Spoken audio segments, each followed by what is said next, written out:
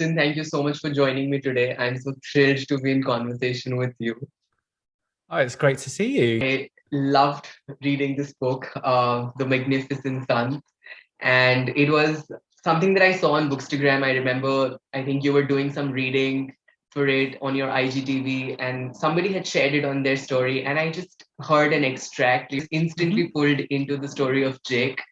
So before we go ahead and talk about the characters and the writing and all of that, I was hoping if you could tell us a little about yourself and then maybe also introduce us to the book for those viewers who may not yet have discovered or know about this title.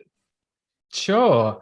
Well, my name's Justin Myers, and I've been a journalist for quite a long time now. And I was just working on various magazines, newspapers, websites, that kind Right, of thing. And then about 11 years ago, I launched a blog called The Guyliner, where I went on dates and wrote about them anonymously. right. And that got quite a lot of attention eventually, and it led to me getting a book deal. And The Magnificent Sons is my second book, Right. and it is about a guy called Jake who is 29 at the start of the book, and he is from a family that is quite outgoing and very boisterous, but he Hmm. is the more reserved member of the Hmm. family. He's the eldest child, and he has Right. two siblings, the youngest of whom is called Patrick, or Trick for short. And he is a very outgoing, energetic, loud 17-year-old, which is what 17-year-olds should be like. And he's also gay. And he's always made Jake feel a bit uncomfortable. And it Hmm. turns out that this is because Jake himself is bisexual, but has never really acted upon those natural instincts. Right. Um, he's repressed it. And when his brother Patrick comes out on his Hmm. 17th birthday, Jake starts to question his own sexuality, his own place in the family, and it sets in motion a chain of events which I don't think it's a spoiler to say that Jake eventually comes out to his family, and it Yeah. causes quite a lot of interesting situations. But it's also a comedy. Right. It It is. sounds It very is. serious, but it is a comedy. Yeah. Yeah. So, you mentioned you started out as a journalist, been journalist for 11 years. I think you still, write feature articles and columns. So it is fair for me to ask, was writing novels always on cards? Like, did you always wanted to become a author, or was it something that happened on the way? I think, well, I know it is something that I really wanted to do, but I Right. never thought I could do it. And I would never have had the confidence to, for example, write a manuscript and then try and get an agent or try and Right. get a publishing deal. I would never have done it in a million years. I had tried, I think I started, before I wrote my first book, The Last Romeo, I think I'd started maybe three novels and just hadn't had the drive and the confidence to carry them on. I just didn't think they were good enough, that I was Right. good enough, or that anybody would be interested. Right. So it was only when I built up an audience and built up my confidence, I suppose, doing the blog and Hmm. writing creatively rather than for a job, Right. and writing for free because I didn't charge for my blog or anything like that, that Right. I developed the confidence and got the energy and started to believe that maybe I could do this. And Right. the rest is history. Yeah, it definitely is. So much so that after I read this book, I went ahead and ordered The Last Romeo, which is your debut work. So Yes. it's going to come. Book Depository is taking insane time to deliver books right now. But Yes, it's a huge problem at the moment. right. So that's that. But going forward and talking about Jake, so I kind of had lots of different feelings for him throughout the book. Like at one point, I really hated the choices that he was making. At other Mm. points, I loved what he was doing. I was proud of him. And I kind of had this whole journey adventure with him. And the same can be said about the boisterous family that you've created, or Amelia, who's just this sweet, supportive, but also independent woman. And Oh, his that brings me, girlfriend, Amelia, yes. yeah, So all of these characters were so strong and three-dimensional and layered and nuanced. So I was hoping to, like get some insight as to how was the character creation process like for all of these people, and who do you personally relate the most to? Well, that's a good question. Character development for me comes more as I redraft the book. So in my first draft, I think it would be fair to say, although my editor might disagree with me, that the characters aren't always fleshed out to my satisfaction in the first draft. So I Right. have to live with them for a little while. And so before I start writing a book, it lives in my head for a long time. And I Right. start to think about the things they would say and how they would act in a particular situation. Where the characters come from initially, I suppose with Jake, there is always a slight element of autobiography in almost every character. In fact, my Right. partner, when he first read The Magnificent Sons, he said, "Oh, they're all kind of you, but different parts of Yeah. you," which is Yeah. kind of worrying in one way, but good to hear in another. With Jake, I just tried to imagine what it would be like to be the quiet Right. one.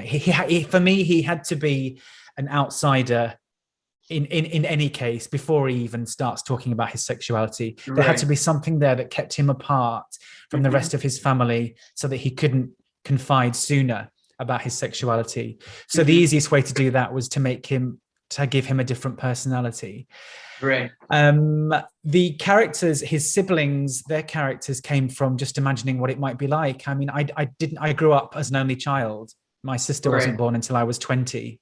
Right. So when I'm writing people with brothers and sisters, it's all from my imagination. I just can't even Right. picture what that would have been like for me growing up. Right. So they kind of it's a really authory thing to say, but maybe in a way they just kind of develop in front of you, Hmm. as time goes on. I knew the kind of mother and father figure that I wanted. And I suppose that came from observing friends' parents or my Right. friends who are parents. Right. Right. Um, with Amelia, the inspiration was actually very direct and was from a real person Okay. who I read about in the newspaper. It must have been 4 or 5 years before I started writing the book. And it was an interview with a woman whose husband had come out as gay after 20 years of marriage or something like that. Right. And she was saying how she felt so betrayed and upset. Not that he was gay, she didn't mind him being gay, but that her life felt like it had been a lie. And she had gone into the marriage with completely different intentions and beliefs of what was going Of to course. happen. Right. And she felt kind of sidelined by the fact that he had come out as gay, which was a fantastic thing for him because obviously he could live his true self. But she was left kind of holding the pieces of her life, thinking, I know I feel like I can't be sad because my husband is gay and his life is beginning, but I'm still stuck in the old one. And Right. I found that with a lot of coming out stories that I read, if there was a girlfriend involved, she was usually sidelined quite early. Right. End of Act 2, she'd Right. have disappeared. Right. So a I wanted a girlfriend to stay in it really and kind of show what it would be like Hmm. if everything you knew turned out to be false. Oh, yeah. Right. So, I mean, I remember very distinctly when I went into this book and when I, closed the book, I felt that this book massively deals with, of course, a lot of things at large, but everything is centered around bisexuality, which Mm. to me, and again, I read a lot of LGBTQIA fiction in general, mostly young adult and new adult. So not as much as adult as I would like. So I'm slowly, getting into that. Yeah. So we don't see bisexual representation enough as much as we have been saying gay people or lesbians or trans for that matter and non-binary characters in the recent years. And one of the things about bisexuality is that I mean it has happened with me. I've seen it happening in India for that matter. Is that when you're a bisexual female, you kind of are put on this higher pedestal of this social societal ranking where straight cis men feel that okay, well if you're a bisexual female, that's good for us because you can for some crooked reason, they think that, they'll get another woman on bed or something of that sort. But the moment a man comes out as a bisexual male, there's always this stigma, which is, straight people think that, okay, they don't want to completely be gay. So they're saying they're, kind of in the middle. And then, of course, the gay people think that they don't want the same treatment that they receive, which is why they're using bisexuality as a label. And a lot of it has also been, and like there are several other stereotypes which you've also kind of, dealt head on in this book. But in general, I was just hoping to know, what are your thoughts around bisexuality being a valid sexual identity and orientation, and how we can kind of, erase this whole sort of, ideation that has been in the society for large. Well, you're right in what you're saying, in that there is definitely a different feel to bisexuality depending on gender.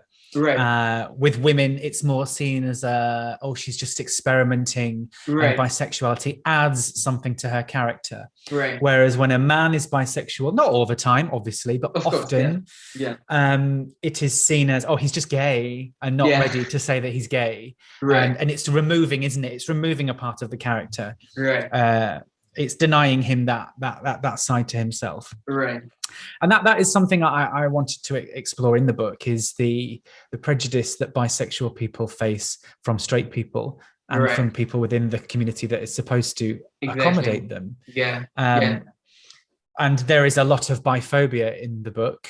Yeah, and some of it is called out and dealt with, and some of it isn't, simply because if you stopped to call out every instance of homophobia in your life, you wouldn't have time to do anything else. So Jake just has to let it go a lot of the time. And that my whole aim with the book, like you say, they don't seem to be anyway, and maybe I just haven't seen them, many representations of bisexual characters. And I was really interested. I'm not bisexual, I must admit, I am gay, but I was really interested to explore, what that might be like. I came out quite late, so I did have a period where I was straight before I came out as gay. So even though it's not the same, obviously, there were I could delve into my own history and archive of emotions and get something out of it. As for societal change, I suppose the only answer is, as it is with everything, with with making people face up to other people's existences and acknowledge other people's lives and just kind of be willing to coexist and not cause any problems, is representation and exposure. So the more bisexual characters we have in fiction, be it television, movies, or books, the more bisexual people we have in the public eye, and the same goes for trans people and gay people. The more of us there are out there, the better. And living all kinds of different lives and not feeling that we have to live a life that is palatable or acceptable to the default, to the majority. I think that's the only way. Obviously, it's challenging, because as soon as you start to see a sliver of representation, the majority or other people try to shut that down. They try to demean it. They try to say things like, it's a huge problem in the UK at the moment, where, just for example, if there is an advert with 2 gay women in it, straight people will write in saying, oh God, we're having our noses rubbed in it. Yet another advert, woke this, woke that. It's very boring and very frustrating. So it's a constant battle against people who are made to feel uncomfortable by that tiniest bit of control and dominance being taken away from them. But I think we just have to keep chipping away. But these are challenging times for everybody. Right. I think it was today when I saw that the newspaper, the agency Gay Times, they released an article which said that, I think last week, Superman's son came out as bisexual, like the DC creators made him bisexual. And right now they're facing some backlash where, the police had to get involved, and the creators were given security because there was so much of protest just because they chose to make a mainstream, otherwise cis hetero superhero into a bisexual character. Not even him, like not even the original character, his son. and there Yeah. have been protests and whatnot. So that happened just out of one, mainstream character superhero being made bisexual. Yeah. There's always two prongs to this. Right, So it's always about making usually straight men feel uncomfortable.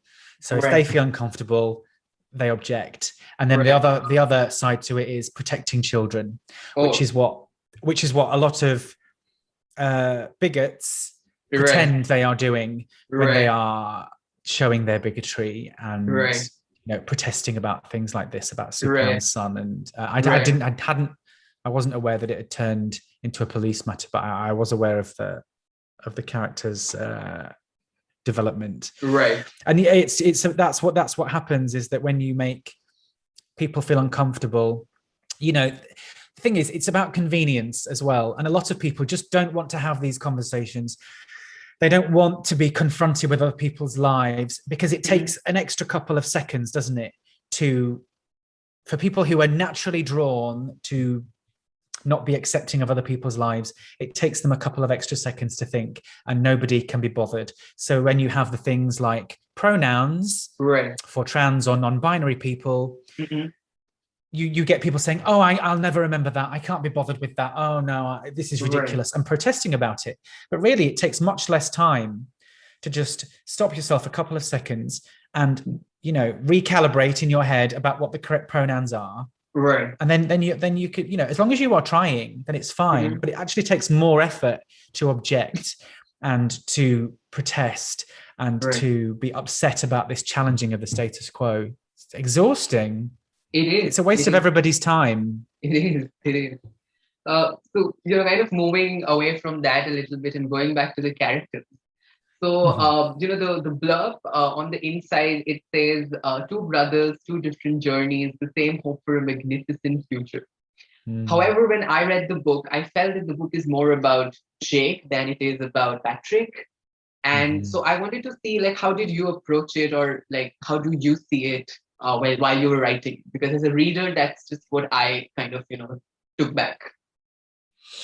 It was always going to be Jake's story, Right, um, because I think there were just more, storyline possibilities with Jake. right, But it is about his brother insofar as, the whole theme of the book is that nobody is getting on quite as well as you think they are, and that, right, don't make assumptions about how comfortable someone's existence is. And the whole conflict between the two brothers is that right. Jake thinks that Patrick has had it easy coming out Yeah, as gay and being accepted by everybody, right, whereas Patrick thinks that Jake has had it easy because he is more masculine, right, and he has a good job, and he right, has, he has a more solid future, whereas Patrick is camp and effeminate, and he feels that right. that the gay world is more accepting of Jake. They find Jake more desirable,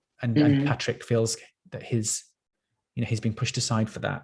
Right, But yeah, it's about two brothers, but it is mainly about Jake, I would say, and that was always the intention. right. Mainly because, if I'm very honest, is that writing as a 17-year-old is harder than it looks. And I think I could have very easily written a whole book about Patrick, and Right. I would have enjoyed it because he was a lot of fun to write. Fun, yeah.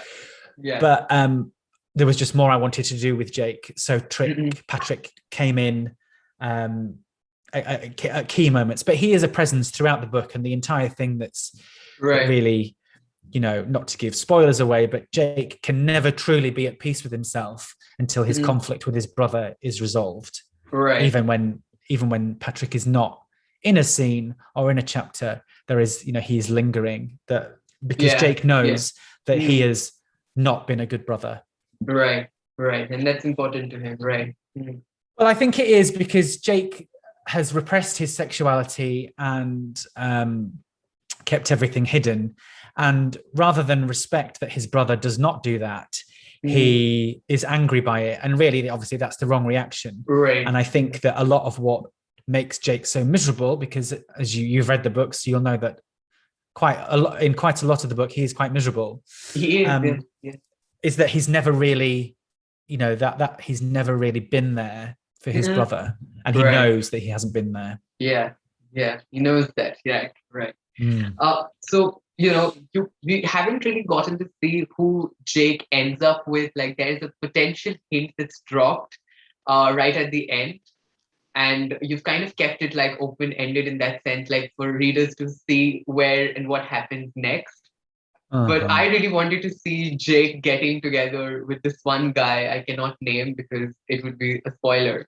But I wanted to know Okay. from I wanted to know from you, how do you see Jake's future? Like, does he get his happily ever after? If he does, whether it's with a man, whether it's with a woman, like where do you see him, like let's say 10 years down the line? Do you know, I get asked this question quite often, even by, people I know in real life. And I Right, find this fascinating because I have no answer, because the book ends as it ends, and I have no idea what happens to them next.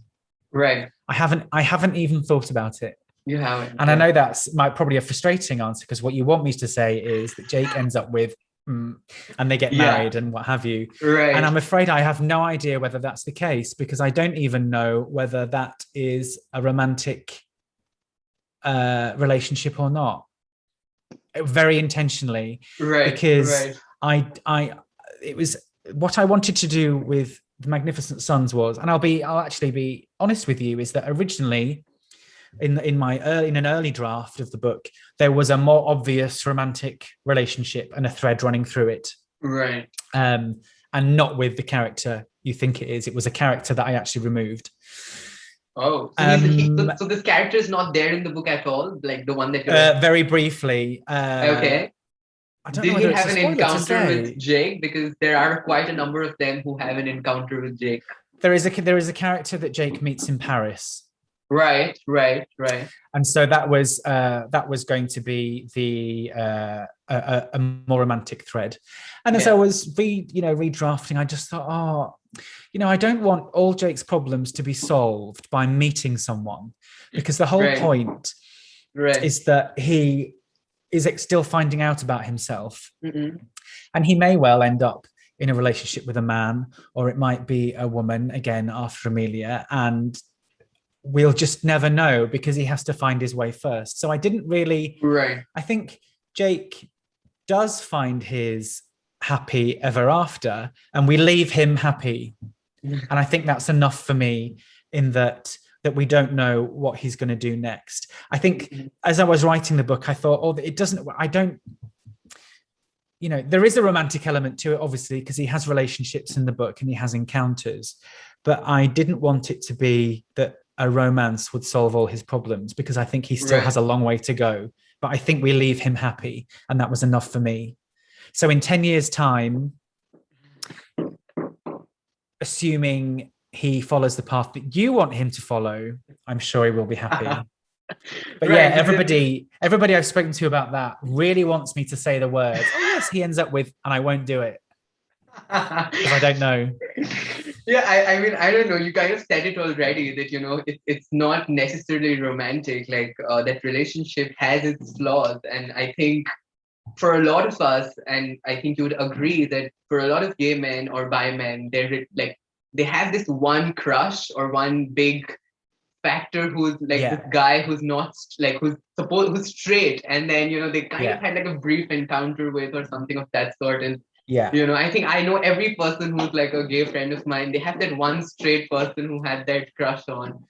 And I think that just comes into the picture here with this particular guy, because he's more sensitive and more open, and he's more receptive of what Jake is kind of coming at. So even though there wasn't probably you didn't write it as romantically as it was possible, but when we read it, we're like, this is it. Jake has to end up with this guy. We approve. Right. I'm really glad you say that, because that means that I have done it successfully. In that, but like you say, everyone has that crush. And for some gay or bi men, something happens with that crush, and it would have been too clean, I think, for me to tie that up very neatly. I don't like neat endings, and it's Right. spoiler, none of my books have them. And I really wanted to explore that relationship. That relationship has a romantic side to it, but it also serves another purpose. And is it a spoiler? I don't. Well, you've read the book, so it's not just a romantic relationship. It is about Jake seeing that he is not the only one having a journey similar to his. And this other character is a few steps behind Jake in his journey. And it's about Jake, because Jake is quite a needy character. He takes a lot from people. He takes a lot of energy from, his friends and the people he meets, like Bertie and Hannah and Evan. He takes a lot from them, and he doesn't give anything back really until toward the end of the book. And I think with this other character that we're talking about, that's his opportunity to do that. Yeah. That's for Jake to realize he is not the center of the universe. This is happening to lots of other people just like him, and maybe he should stop being so selfish and help somebody else. So whether it turns into a romantic relationship, I don't know, or very good friends, I don't know, but there is a sense of optimism about it, which I'm really happy with. Right. So, you kind of have a lot of threads of thoughts around this. And as you said, a lot of readers have resonated so much with Jake, with this particular character. So it feels fitting for me to ask, are you ever going to consider a sequel and possibly explore like what happens to Jake after this? I don't know. I'm always very frightened of sequels because sometimes they just don't work. Sometimes, when you read a book and you leave the characters at the end and you have an idea in your head, as you do, about what happens next. Right. Sometimes it can be disappointing to have someone say definitively what happened next, especially if it's not something that you wanted to happen to the character. Or something. I forget now how many times I've watched something on TV, a long-running series, or read a series of books and have been disappointed with the direction that a character has taken. Because even though a writer really knows their characters, when you put a character out into the world, their entire existence is interpreted by the reader. And it's a cliche to say, but I do agree that it belongs to the reader once it's out there. Right. And so if I were to bring Jake and Amelia and Patrick and everybody back and choose a path that maybe readers weren't happy with, that would be so sad for me that, that I hadn't lived up to their expectations. But never say never. I might do, depending on how we get on. Because I do like the characters in that book. But I think it would have to be a significant period of time later, I think, and also focusing on just a couple of the characters rather than just having a rerun of them all in certain situations. I think sometimes with sequels, an air of mystery is better, and not having everybody involved, so that you can leave some characters where they were. And, I look at one of my examples is the Tales of the City books. Among my favorite books of all time. But I will be honest and say that, in some of them, I'm not thrilled with the directions the character went in. Now, those characters don't belong to me as such. They're Alistair Maupin's characters. Of course. But as a reader, it's spoilers, obviously, but I was sad when a certain character, died or, broke up or started acting in a certain way. And because that's life, isn't it? People sometimes act in ways you don't want them to act, and they disappoint you. And I understand that is the way things go. I'm just not sure if I'm ready for my characters to disappoint someone yet. If you remember and if you followed, I think Game of Thrones, the way it ended, the entire world was disappointed. Well, I didn't watch Game of Thrones, but the reaction was really, really intense. And that must be a writer's nightmare. Right. So, well, I mean, the show writers had outsourced the material. Like the author hadn't finished the series, so Yeah. they just did what they could, and then it didn't live up to the expectations of what was being given. So I completely see and agree with what you're saying there, that it might not align with the reader's Yeah. expectations and choices and things that they have in mind for the characters.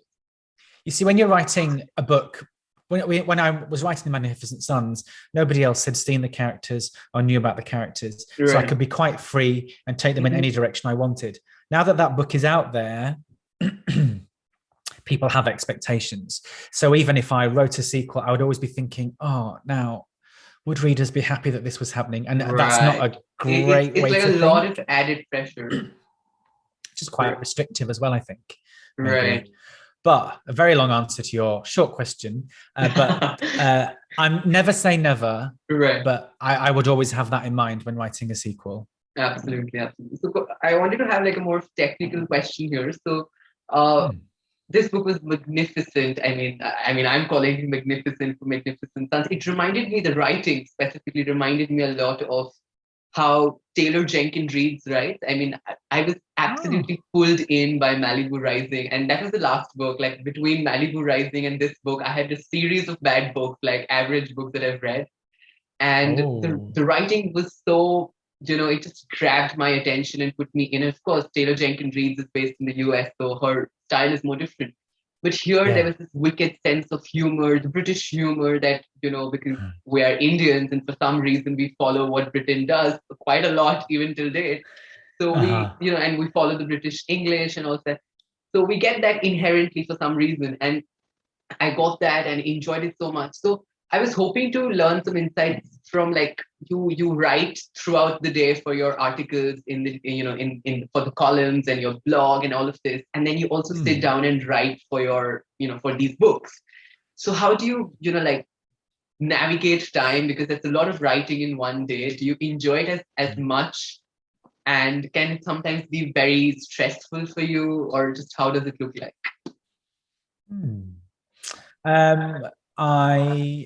I'm not writing a book at the moment, so I'm writing. I'm working on something else, but how do I do it? I'm not very good at time management, but I do have a limit. I have a limit to how many words I can do a day without just being exhausted and without it being rubbish, and that's about 4,000, between 4,000 and 5,000 words a day, which is actually quite a lot. When I've met other authors, they say things like, "Oh, I manage 1,500 words a day." Is that it? What do you do for the rest of the day? So it's basically, if I am writing, for example, I have a column in GQ, GQ magazine. So if I'm writing that, I will usually not write anything else that day so that I can have space and thought to write it. I will usually focus on one thing a day. Rather than jumping about between different things, because I find that it's usually better when I'm focused. But I definitely have a limit of 4,000 to 5,000 a day. So if I write one of my blogs and it's 2,000 words, if I then do book in the afternoon or whatever, it will still just reach that limit. So another 2,000 words, and I'll be like, I'm out of here. But I write quite quickly. And I do not, how can I put it? I do a lot of thinking before I do the typing. So my first draft of something, it will almost look, the final draft will look very similar. So you're a plotter, right? You're not a panster. I'm not a what? Plotter. Plotter are the people who plot, and pansters are people who don't. Like, they kind of let stories and things take the way, like they don't really have a plot map for where the characters are going, or I'm not sure if this is a very American word, but that's just what people use these days. I've just never heard it. I've never heard that. Yeah, before. It's called plotters versus the pansters. So pansters are the ones who panster, like they don't really write like a neat line. Okay, this is where my character is. They don't do the chapter drafting. They just go along the way. and Okay. the ending is I'm not somewhere in fixed. between. Right. I'm somewhere in between. So for Right. books, I will do a very, very vague outline of each chapter. Basically, when I write a book, I start with, I don't have any to hand, index cards. Okay. You know, like when you're a student and you're reading a presentation off or you're Right. revising. So I start with those and I write every scene on an index card and lay them out on the floor. Right. And then once I've decided on an order and everything, then I will type them up onto a very rudimentary spreadsheet. Right. And then I will just look, before I start a chapter, I will look at what I've written, and it will usually be nothing more than 50 words, not even of what's supposed to happen in that chapter. And I'll be like, right, okay. And sometimes what I will do in a different column, I will have what the aim of that chapter is. So why is this happening? Right. But that's it. That's it for books. Okay. So I'm not a plotter, but when I say I think before writing, it's psyching myself up. Rather, you know, and it will just come. When I'm writing a column, I will, once I get the intro in my head, I will write that, and it just comes. And sometimes I will write headings. I tend not to dwell too much. I would just rather get it all out there. Right. Unless it is something that I've got a lot of time to do, or something that I don't want, you know, I don't want to have an editor coming back to me saying, oh, this is a bit. So but I mainly, for columns and pieces for, you know, features for newspapers or whatever, I don't take much editing, which is quite nice. I keep within word count. I go through it, you know, before submitting 2 or 3 times myself. But my first draft and my final draft usually look quite similar. It's just usually cutting it down because I can waffle a bit. My intros are usually far too long. And with books, when I'm editing, it's usually a case of removing entire scenes or rewriting them entirely rather than going through and making little changes. It's my next book, especially The Fake Up, I would say not hugely dissimilar to the very first draft I did. Obviously, it's made much better by, you know, working with my editor, but the storyline, the plot is just all the same. Right. So I was anyway about to come to the next book and kind of, you know, conclude today's conversation. The cover is already out. It looks just as amazing as all the covers that you have for all the other books. And today we live in a world where covers are so important for books. Like, we've started judging books by their covers. I think the old saying, literally put to sleep. So in that sense, the cover looks absolutely phenomenal. So could you tell us a little about that? You know, what's it all about? Yes. So The Fake Up is an actual romantic comedy. So my first 2 books have always been called romantic comedies, but like I was just saying about The Magnificent Sons, I don't see it as hugely romantic on purpose. This is 100% meant to be a romantic comedy. And it is about a couple in their mid-20s called Dylan and Flo. And they have that feeling that the world is against them. Flo's friends don't really approve of the relationship because Dylan is an aspiring actor from a working class background, and Flo is an aspiring singer-songwriter from a privileged background. And her privileged friends just kind of think that Dylan is a loser. And there's a lot of drama. It's a comedy, so there's a lot of snarky, witty lines. There's an amazing, Flo has an amazing best friend called Estelle, who is so mean. It's brilliant. And basically they break up. The pressure forces them to break up. And then they miss each other so much that they get back together, and they are sneaking around, but they don't tell anybody that they've got back together. So they're sneaking around, you know, they're meeting up in disguise, pretending that they're single. And then something big happens that changes everything. And suddenly it becomes very important that to the outside world, they remain single, even though they are still very much together. I'm completely intrigued. And well, my editor described it as like Romeo and Juliet, but with more sex and less poison. Right. And I hope it's not a tragedy. No, they make it to the end alive. Yes. Oh, That's not a yeah. spoiler to say. Yeah, everybody lives. Thank God. Right. So I was just hoping and considering, so, you've written three adult books. Would you ever potentially consider, I know you just said like writing from a 17-year-old perspective is difficult, but like, young adults are doing so popular these days. So would you ever consider writing like something for the young adult or new adult? So, Um, I would love to if I had the right idea and it right, was really great. Um, I would very much like to I because I'm quite online in that I have, I've been on Twitter for years and stuff. right, So I do have right, younger followers and who read my books anyway right, and read my work. right, And I have teenage godsons who it would be nice to reach through my work. I would like to.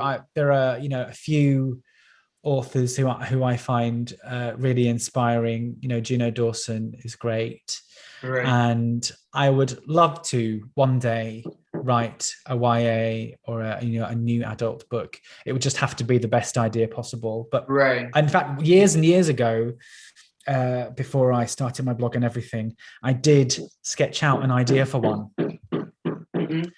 and it was slightly supernaturally. So maybe one day I will develop that idea if I thought it was good enough. But yeah, Right. one day, definitely. Definitely. Right. Right. So Mm. that would absolutely be. I mean, I'm not young adult anymore. I mean, I'm 21. I think it's new adult by default, but yeah, like that would still be amazing to read. Um, Yeah, I think there are just things there.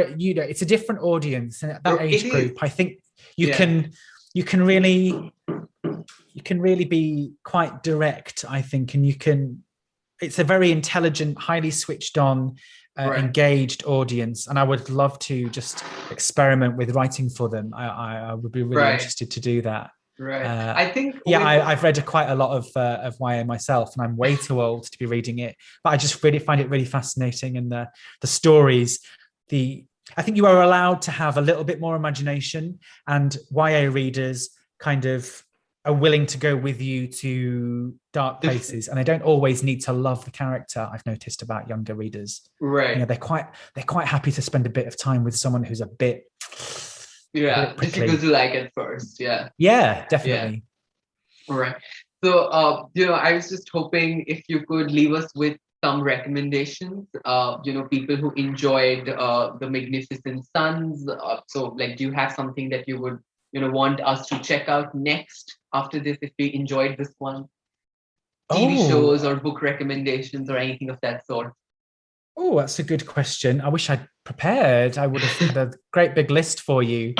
How about, I think if you've enjoyed The Magnificent Sons, you would probably enjoy Sex Education on Netflix, Yes, I would absolutely. say. Right. Very, uh, quite Ab- similar energy, I would say, right. I to The Magnificent absolutely Sons. love Adam Groff's character development that has happened over three seasons. Right. Yeah, it's the characterization. I mean, it's quite a strange show in that you're not sure where it's set, whether it's in the UK or Right. the US or whatever. But the characterization is Right. so good, and the performances are so Right. great. As for books, I would say why don't you, I would definitely say check out Armistead Maupin's Tales of the City, for that kind of feel of lots of characters doing very different things on an LGBTQ spectrum or adjacent Right. spectrum. And yeah, I would say that's all I can think of at the moment. I'm afraid you put me on the spot a bit, but yeah, those two. Those are interesting. I mean, sex education is absolutely brilliant. And of course, the next one would also, I would love to check that out as well. And Uh-huh. this was a wonderful conversation. Thank you so much for joining me today for this. As I Oh, said, I really loved the book. I waited very long to read it because it took that long to come to I'm India. sorry it But took so long, but I'm glad you got there in the end. Right. I mean, I had the option to read the physical, I mean, the digital version, but I'm like, but I'm a very traditional Oh yeah, that way. So I was waiting for the physical copy to arrive. And when yeah. that happened, I'm a bit like that too. right, right. I'm like that too. Okay. Thank you so much for joining me today. It was Thank you very lovely chatting with much. you.